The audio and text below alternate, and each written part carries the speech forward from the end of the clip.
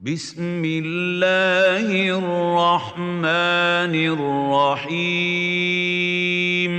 الحمد لله رب العالمين والصلاة والسلام على سيدنا محمد وعلى آله وأصحابه ومن تبعهم بإحسان إلى يوم الدين.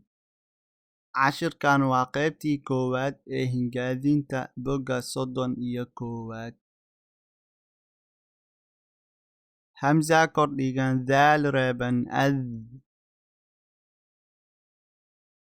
kaaf goodan ku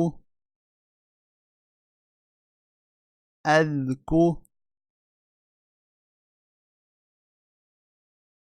raa kordhigan ra adkura haa goodan hu adkurahu qaaf kordhigan daal reeban qad baa kordhigan ba qad ba laam kordhigan qoyn reeban lag qad balag taa kordhigan ta qad balagta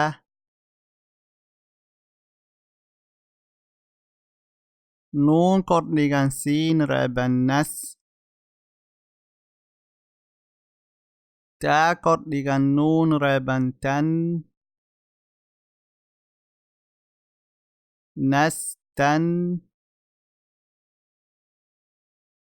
siin hoos dhigan si nastansi haa goodan khu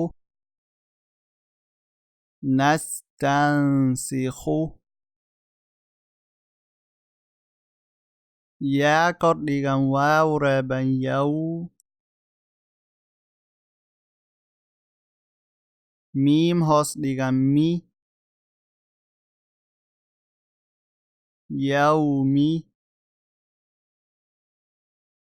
kaaf goodan miim reeban kum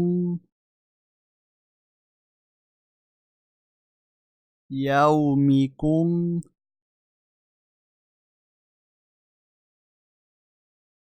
hamza hoos dhigan nuun reeban in kaaf goodan nuun reeban kun in kun taa goodan miim reeban tum in kuntum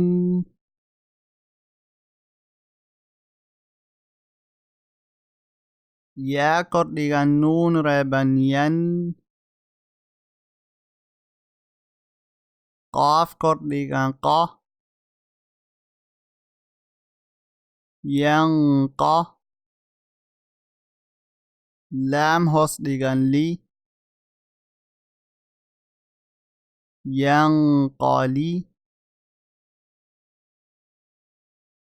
baa goodan bu yanqalibu xaa goodan xu shiin hoos dhigan shi xushi raa kordhigan taa reeban rat xushirat waaw kordhigan wa siin kordhigan taa reeban sato wasato nuun kordhigan na wasatona siin goodan su hamza hoos dhigan i su'i laam kordhigan taa reeban lat su'ilat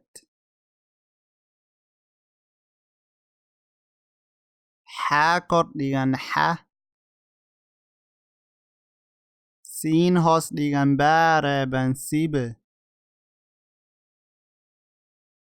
xasibe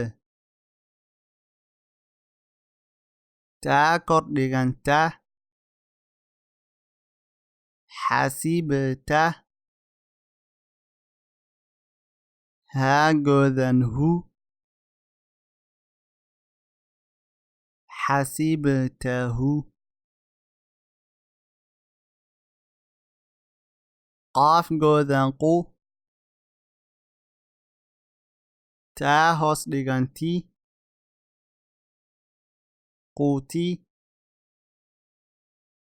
laam kordhigan taa reeban lat